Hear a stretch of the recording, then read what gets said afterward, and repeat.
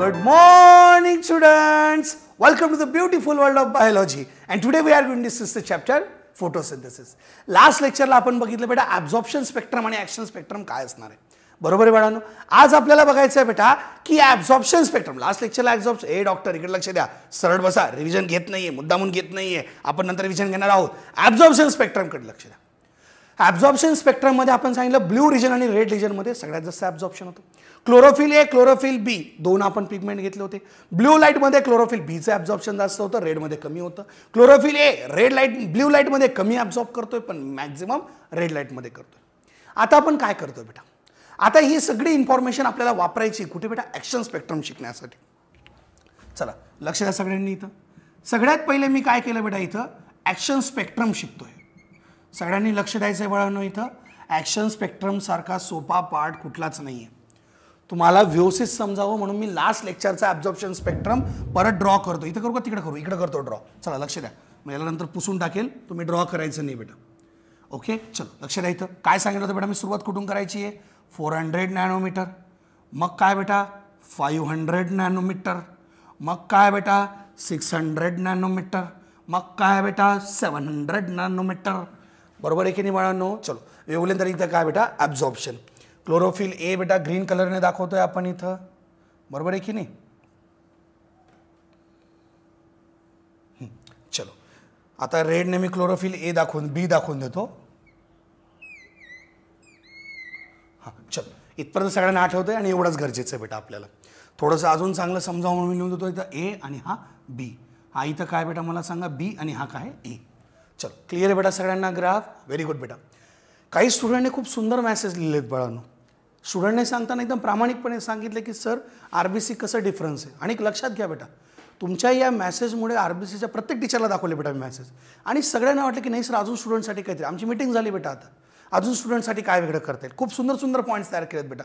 हळूहळू तुम्हाला सगळे येणार आहेत, काहीच काळजी करू नका, सगळ्या गोष्टी भेटतील बेटा. फक्त जे करंट टॉपिक चालू आहे त्याच्यापासून आपण सुरुवात करू आणि हळूहळू मार्क्स पण कव्हर करू बेटा. आता सगळ्यात पहिले ॲक्शन स्पेक्ट्रम घेताना आपल्याला काय करायचं आहे बेटा, पहिले ग्राफ ड्रॉ करायचा आहे जो आपल्याला पार्ट आहे. बरोबर बेटा. एक्स ॲक्सिस काढला आणि दुसरं काय घेतलं वाय ॲक्सिस. पुन्हा मी वेवलेंथ 30 घेतोय बेटा. 400 नॅनोमीटरची वेवलेंथ घेतली, 500 नॅनोमीटरची वेवलेंथ घेतली, यानंतर 600 नॅनोमीटरची वेवलेंथ घेतली आणि 700 नॅनोमीटरची वेवलेंथ घेतली. म्हणजे एक्स ॲक्सिस झाला, वाय ॲक्सिस घेणार. जसं वाय ॲक्सिसवर आपण इथं बघितलं होतं, इथं होता आपला ॲब्झॉर्प्शन स्पेक्ट्रम. अरे काय होता ॲब्झॉर्प्शन स्पेक्ट्रम. तसं तसं तसं इथं आपण काय म्हणणार, it is a rate of photosynthesis.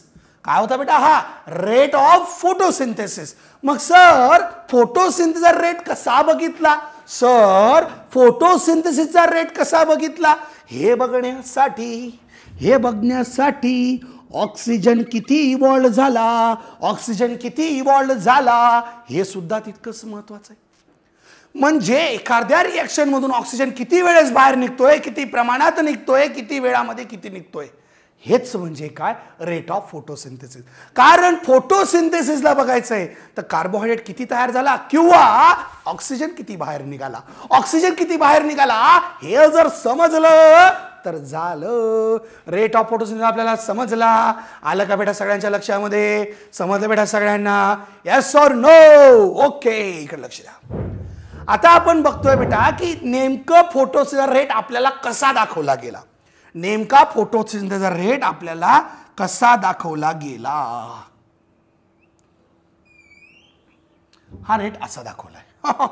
कसा दाखवताय, असा दाखवलाय. समजलं का. अहो रेट ऑफ फोटोसिंथेसिस दाखवताना त्यांनी काय दाखवलेलं आहे, जेव्हा 400 नॅनोमीटरची वेवलेंथ घेतली तर रेट ऑफ फोटोसिंथेसिस जास्त आहे साहेब. पण पण पण बघा ब्ल्यू लाईटच्या नंतर कुठली लाईट सांगितली होती, विजिबल स्पेक्ट्रम.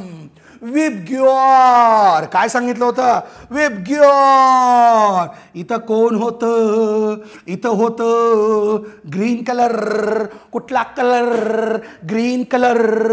ग्रीन कलर मध्ये मला सांगा, ग्रीन कलर मध्ये मला सांगा फोटोसिंथेसिसचा रेट जास्त आहे की कमी आहे, जास्त झाला का डिक्रीज झाला, इन्क्रीज झाला का डिक्रीज झाला, इन्क्रीज झाला का डिक्रीज झाला, सांगा डिक्रीज झाला. म्हणून आपण म्हणतो green light is less effective. समज रहे हो, समज रहे हो. म्हणजे ग्रीन कलर मध्ये आपण सांगतो बेटा रेट ऑफ फोटोसिंथेसिस काय होतो बेटा, डिक्रीज होतोय.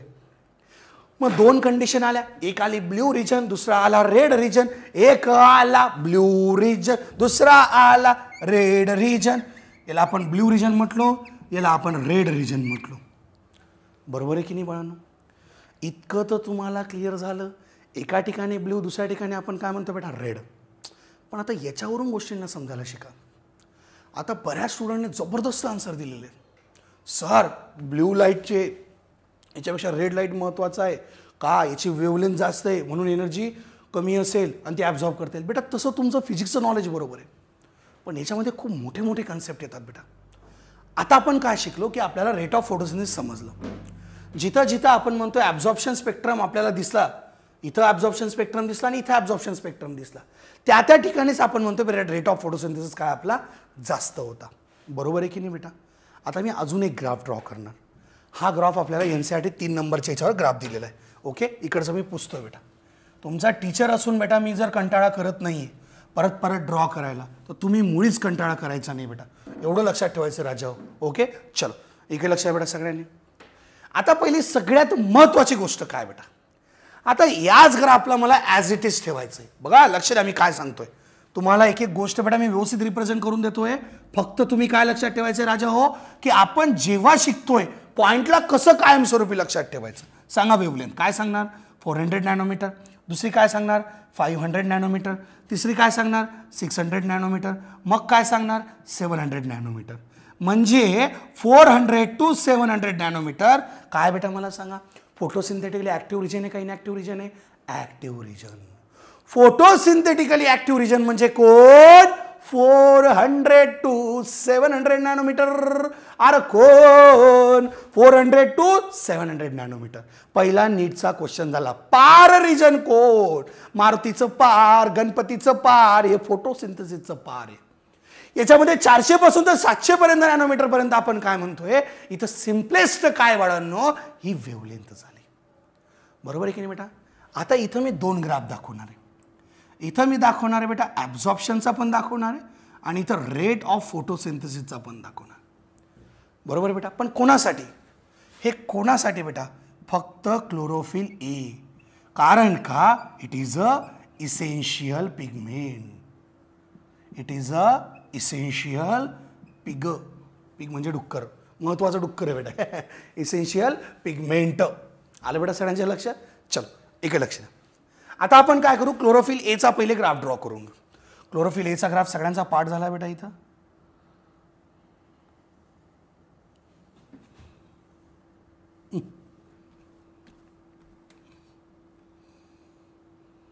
चलो हा ग्राफ कोणाचा आहे बेटा? क्लोरोफिल एचा.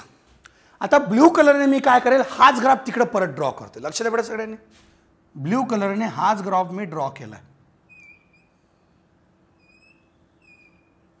चलो समजलं बेटा? आता ग्राफला बघा किती जबरदस्त ग्राफ आहे बेटा. काही कठीण नसतात बेटा ग्राफ, एकदम सोपे असतात ग्राफ. फक्त तुम्हाला एक गोष्ट काय करायची, ग्राफला हळूवार समजून घ्यायचं आहे. आणि मी शिकवतोय बेटा, तुम्हाला कशाची टेन्शन येणार नाही. सगळ्या गोष्टी तुमच्या करून घेईल बेटा वर्गामध्ये. फक्त तुम्ही काय करायचं, NCERT मात्र सोबत ठेवा. आता याला ब्ल्यू कलरला आपण काय म्हणतो बेटा? It is a rate of photosynthesis. काय सांगितलं बेटा आपण? Rate of photosynthesis. ग्रीन कलरचा जो आहे बेटा, त्या ग्रीन कलरनेच लिहितो त्याला, लवकर इम्प्रेशन पडेल त्याचं. आपण काय म्हणतो बेटा इथं? Absorption by, absorption of light by कोण बेटा इथं? Chlorophyll A. क्लोरोफिल एच्या मदतीने काय झालं बेटा? त्याचं ॲब्झॉर्प्शन झालं. बघा बाळांनो, डिजिटल बोर्ड सुद्धा आपण वापरणार आहोत. माझी अशी इच्छा बेटा, ज्या गोष्टी पहिले बोर्डर समजून घ्यायच्या आहेत त्या बोर्डर समजून घेऊ आणि डिजिटल बघ. बघा बेटा, PPT हे सगळ्यात सोपं आहे. त्याच्यात पहिल्यापासून सगळं लिहून लिहिलं बेटा, वाचून वाचून सांगायचं. यूट्यूबवर बघा मरणाचे व्हिडिओ पडलेले आहेत बाळांनो तसे. परंतु ज्या मेथडने आपल्याला कायमस्वरूपी लक्षात राहील, आपल्याला एक्झामला विदिन अ सेकंड आन्सर येऊ शकतं, त्या मेथडने जाऊ. जस्ट ट्रस्ट अस बेटा. Okay, trust me. इकडे लक्ष द्या. समजलं बेटा सगळ्यांना इथं? आता महत्वाची गोष्ट काय, या ग्राफला मी तुम्हाला एक प्रश्न विचारणार आहे. सर विचारा प्रश्न. We are ready sir. Spartans. चला तसं बेटा, मी तुम्हाला क्वेश्चन विचारला, या ग्राफला बघून मला सांगा, या ग्राफला चांगल्या नजरेने बघा. बघितलं? हां, या ग्राफला चांगल्या नजरेने बघा आणि मला एक गोष्ट तुम्ही समजून सांगा, या ग्राफमध्ये 1 to 1 ओव्हरलॅप आहे का? 1 to 1 1 to 1 ओव्हरलॅप. आता हे तुम्ही म्हणा काय आणलं सर हे नवीन? 1 to 1 ओव्हरलॅप म्हणजे काय? बरं ठीक आहे, नंतर लिहिल ह्याच्यामध्ये. आता याला कसं विचार करणार? मला एक सांगा बेटा, इथं रेट काय बेटा? मॅक्झिमम आहे. इथं पण मॅक्झिमम आहे. पण मला सांगा, जेव्हा जेव्हा ॲब्झॉर्प्शन वाढले तेव्हा तेव्हा रेट वाढलाय का? नाही. इथं ॲब्झॉर्प्शन कमी आहे, इथं ॲब्झॉर्प्शन कमी आहे, इथं ॲब्झॉर्प्शन कमी आहे, इथं ॲब्झॉर्प्शन जास्त आहे, इथं ॲब्झॉर्प्शन कमी कमी कमी कमी. इथं तर आपण म्हणतो बेटा की हे 1 to 1 ओव्हरलॅप झाले, म्हणजे जितका ॲब्झॉर्प्शन तितका रेट डिक्रीज होत चालला. बरोबर आहे की नाही? पण इथं जर बघितलं तर ॲब्झॉर्प्शन हळूहळू वाढतंय पण रेट हळूहळू कमी होतोय. इथं वाढतंय, इथं कमी होतंय. काय? ॲब्झॉर्प्शन वाढलं पण रेट मात्र कमी झाला. म्हणजे असं आहे, एक युनिट वाढतंय दुसरं युनिट कमी होतंय. 1 to 1 चा मिनिंग काय? हे 1 to 1 चल आमने सामने ये, तू पण आणि मी पण. तसं आहे राजा होय. ॲब्झॉर्प्शन स्पेक्ट्रम म्हणतो ए चल मी पण वाढणार, तू पण वाढून दाखव. ऍक्शन स्पेक्ट्रम म्हणतो चल ना, ॲब्झॉर्प्शन स्पेक्ट्रम वाढतंय, ऍक्शन स्पेक्ट्रम खाली येतंय. म्हणजे काय? हा वाढणार आणि हा कमी होणार. अरे असं कसं दादा? हा पण वाढला, इथं वाढला, दोघं कमी झाले, पण सगळ्या ठिकाणी ते मॅच होतंय का? नाही. अरे सगळ्या ठिकाणी मॅच होणार नाही. अरे सगळ्या ठिकाणी मॅच होणार नाही. म्हणून आपण म्हणतो no no no no no no no no no 1 to 1 overlap.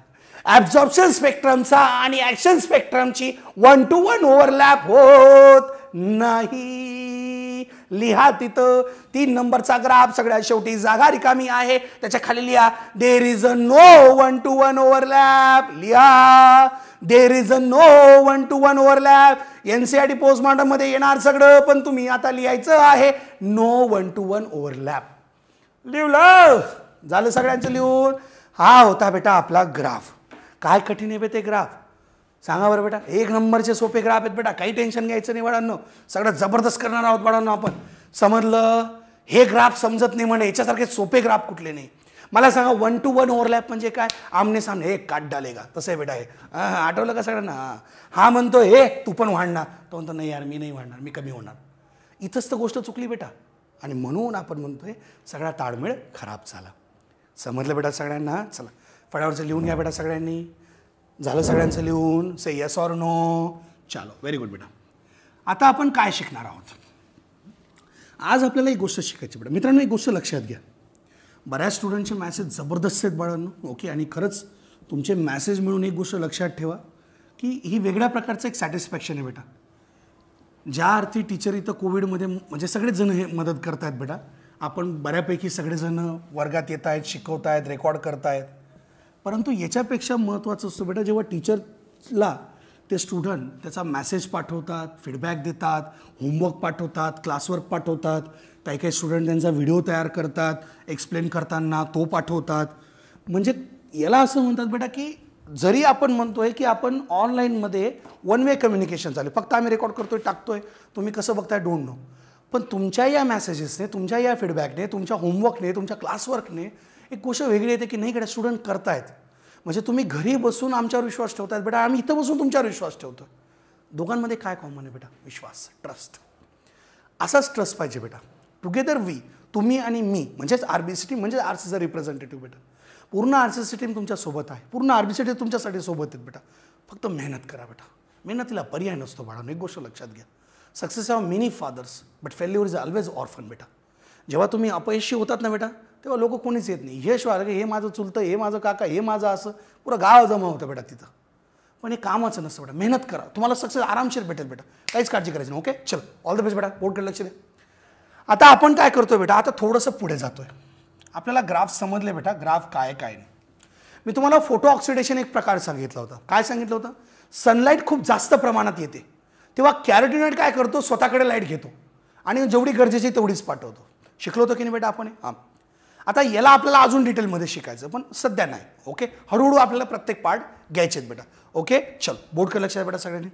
आता मी तुम्हाला NCERTचं पोस्टमार्टम कसं करतात, NCERTच्या बेसवर एक्झामिनर कसे क्वेश्चन विचारतो, बस ते आपल्याला बघायचे. चला लक्ष द्या बोर्डकडे. मी आता काय केलं बेटा, एक छान इथं ग्राफ परत ड्रॉ केला. तुम्हीच म्हणणार अरे यार जितू सर तुम्ही जबरदस्त घेतात सर.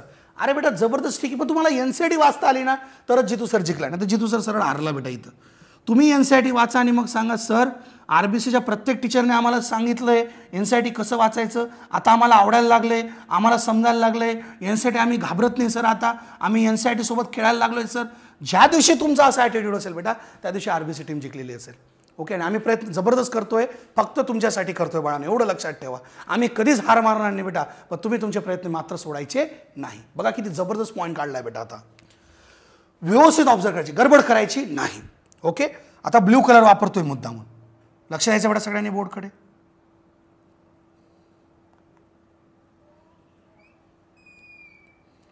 आता तुम्ही म्हणा सर तुम्ही रेट ऑफ रिॲक्शनचाच ग्राफ परत काढला. येस बेटा, मी तर लिहून देतोय रेट ऑफ फोटोसिंथेसिस, बरोबर. आणि हा काय बेटा इथं wavelength, absorption wavelength lambda. Okay, चलो लाईट वेवलेंथ लिहायला पाहिजे मी, ॲब्झॉर्प्शनला काही हरकत नाही. आता एक गोष्ट लक्षात घ्या बेटा, इथं वेवलेंथ लिहून देतो मी, तुम्ही अजून कन्फ्यूज होणार ॲब्झॉर्प्शन कुठून आलं खाली. आता इथं तुम्ही शिकायला कसं पाहिजे असतं, तुमच्या डोक्यात एक क्वेश्चन यायला पाहिजे सर क्लोरोफिल A आणि B तर ब्ल्यूमध्ये जास्त ॲब्झॉर्प्शन दाखवतात, त्यांचे पीक जास्त आहे सर रेडपेक्षा, पण रेड लाईटच कसं काय महत्त्वाची आहे सर, तशी तर ब्ल्यू लाईट यायला पाहिजे, बरोबर आहे की नाही बेटा. हा क्वेश्चन जबरदस्त महत्त्वाचा आहे.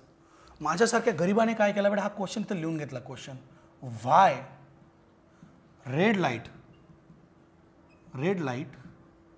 Is essential. लाल लाईटमध्ये फोटोसिंथेसिस जास्त होतं, हे का महत्त्वाचं आहे, आज हा क्वेश्चनचा आन्सर घ्यायचा आहे. कधीच घाई करू नका राजाओ, चॅप्टर एकदम सोपं आहे रे बाळांनो, फक्त तुम्हाला कन्सेप्च्युअल जास्त आहे. सोपं सांगतो, लक्ष द्या. कसं लक्ष द्या, हा रिजन कुठला होता बेटा मला सांगा, ब्ल्यू रिजनचा आहे, इतकं तर तुम्ही ॲग्री करतात माझ्यासोबत. हा रिजन कुठला आहे बेटा मला सांगा, इथं रेड रिजन, एवढं ते ॲग्री करतात बेटा माझ्यासोबत तुम्ही. हां, तुम्ही एक ऑब्झर्व केलं का, ब्ल्यू लाईटची वेवलेंथ संपल्यानंतर थोडासा ग्राफ डिक्रीज झाला, पण नंतर इन्क्रीज झाला, परत डिक्रीज झाला, बरोबर आहे. ब्ल्यू लाईटचा एरिया संपल्यानंतर ग्राफ डिक्रीज झाला, परंतु तो नंतर परत इन्क्रीज झाला. पण जसाही रेड लाईटचा एरिया संपला 680 नॅनोमीटर, इथं 700 म्हणायचं आहे. ओके, पण तुम्ही इथं एक फिगर लक्षात ठेवायची आहे, इथं फिगर सांगायची आहे 680 नॅनोमीटर. काय बेटा इथं सांगितले मी, इथं 680 नॅनोमीटर. 680 नॅनोमीटरच्या पुढे जेव्हा वेवलेंथ जाते, 680 वेवलेंथच्या पुढे जेव्हा वेवलेंथ जाते तेव्हा ग्राफ डायरेक्ट डिक्रीज झाला आणि तो नंतर कधीच इन्क्रीज झाला नाही. ब्ल्यू लाईट नंतर लक्ष द्या, ए सरळ बसा सगळे. हां, ब्ल्यू लाईट कमी झाल्यानंतर ग्राफ थोडा सायलेंट झाला, रेड लाईट मिळाल्यानंतर परत वाढला, परंतु रेड लाईट नंतर तो ग्राफ कधीच इन्क्रीज झाला नाही. There is a tremendous decrease in a rate of photosynthesis. काय सांगायचं बेटा, there is a tremendous decrease. इकडे लिहितो बेटा मी, आता याचा आन्सर पण होऊन जाईल बेटा, इकडे लिहितोय decrease in rate of photosynthesis, oxygen evolution or photosynthesis after or beyond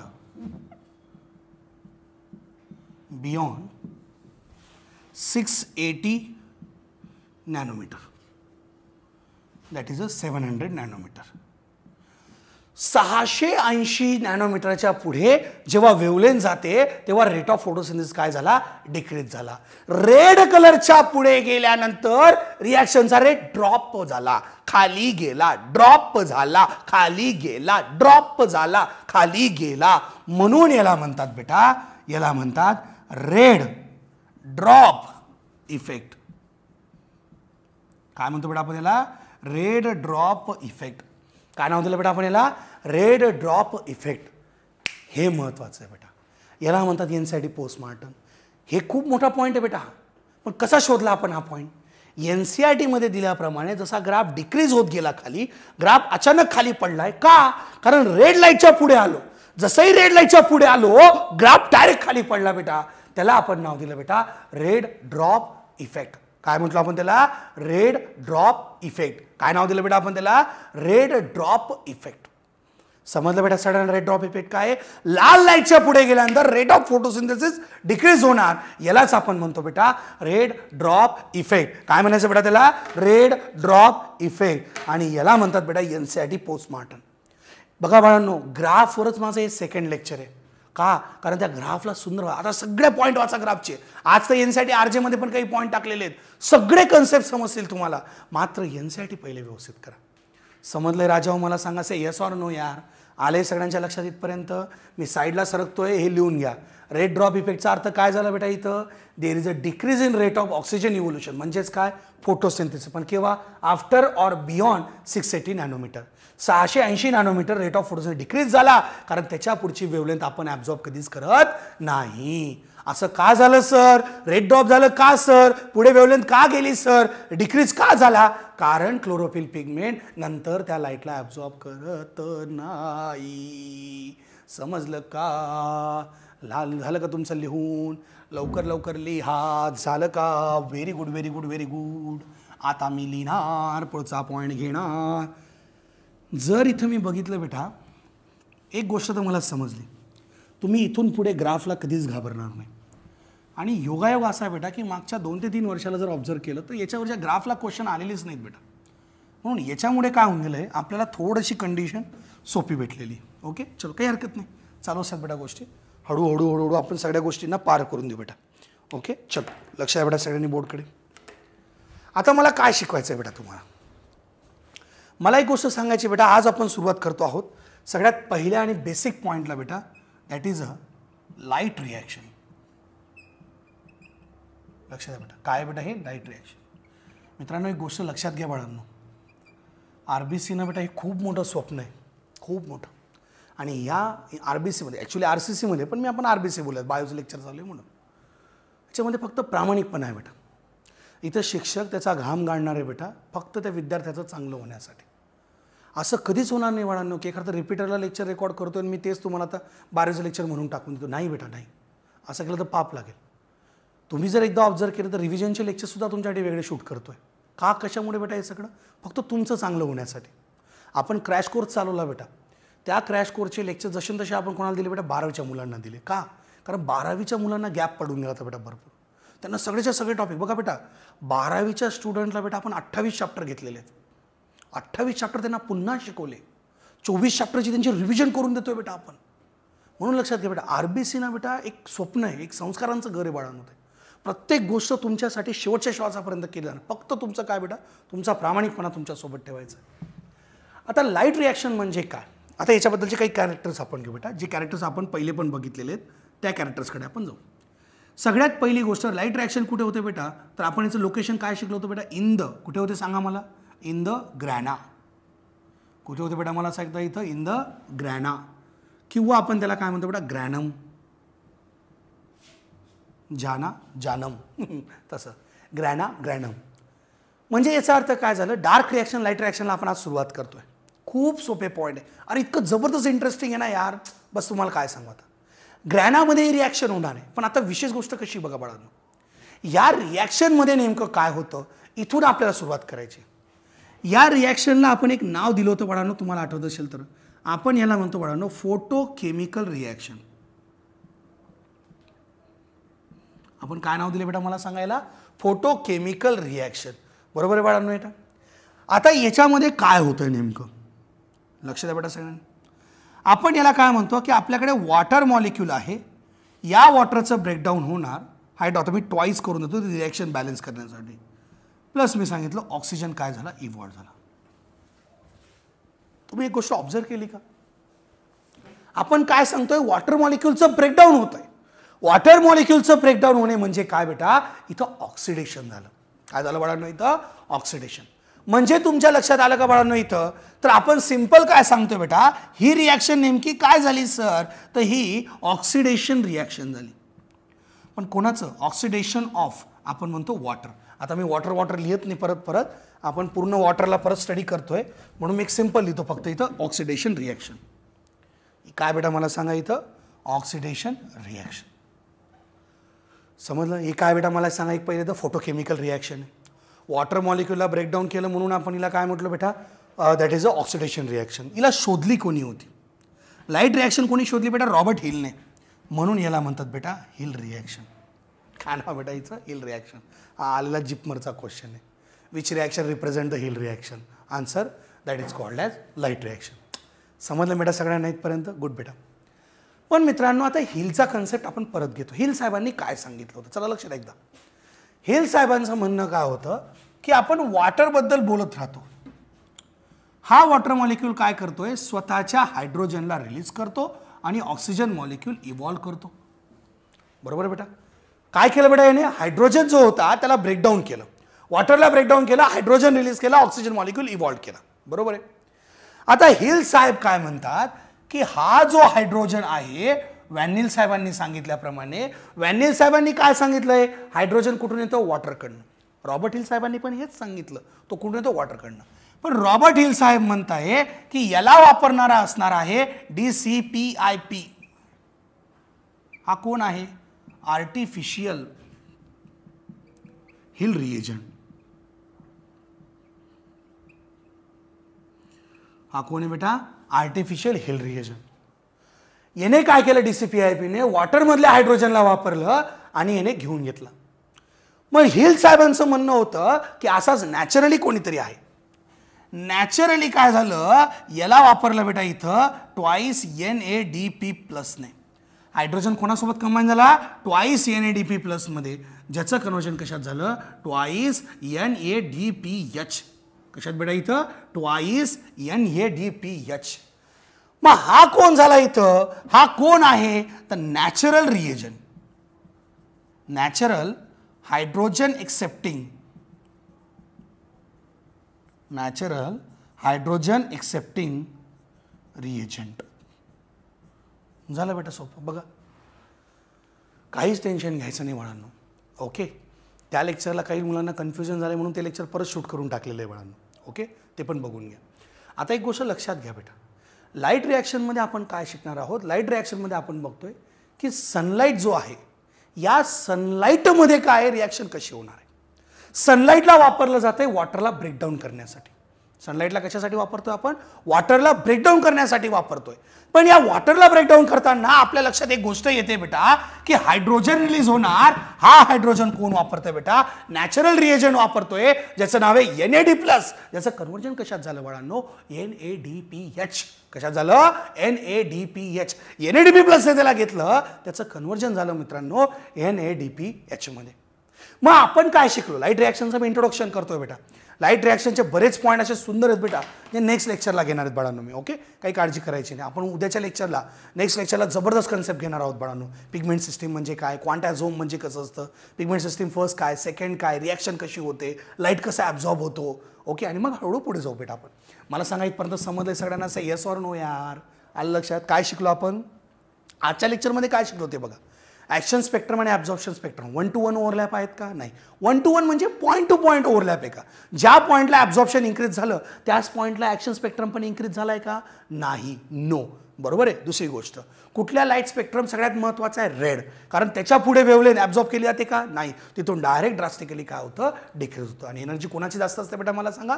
red लाईटची. दुसरी महत्त्वाची गोष्ट बेटा आपण सांगितलं बेटा इथं हिल रिॲक्शन म्हणजे कोण? Light reaction. याच्यात काय ॲब्झॉर्ब केलं नाही? सनलाईट. कशासाठी? वॉटरला ब्रेकडाऊन करण्यासाठी. म्हणून ही काय झाली? Oxidation reaction. सनलाईटला वापरायचं एनर्जी तयार करायची म्हणून फोटोकेमिकल रिॲक्शन. समजलं? हिल रिएजंट कोण होता? DCPIP. Okay. Dichlorophenol indophenol. त्याचं त्याने घेतलं. पण नॅचरलमध्ये लीफमध्ये कोण असतो बेटा? ट्वाईस NADP म्हणजे NADP+ असतो. तो कशात कन्वर्ट होतो? NADPH2 मध्ये. आलं बाळांनो? लेक्चर छोटे छोटे यासाठी बेटा सुंदर समजून घ्या. एकदा का रिॲक्शन सुरू झाल्यानं बेटा अरे बस मग तुमची तर मजा आहे बेटा सगळी. ओके. चलो लिहा बेटा सगळ्यांनी फळावरचं. अशक्य स्वप्नाची शक्य होईल इथे तयारी. अशक्य स्वप्नाची शक्य होईल इथे तयारी RCC मध्ये PCB शिकुरी घेऊ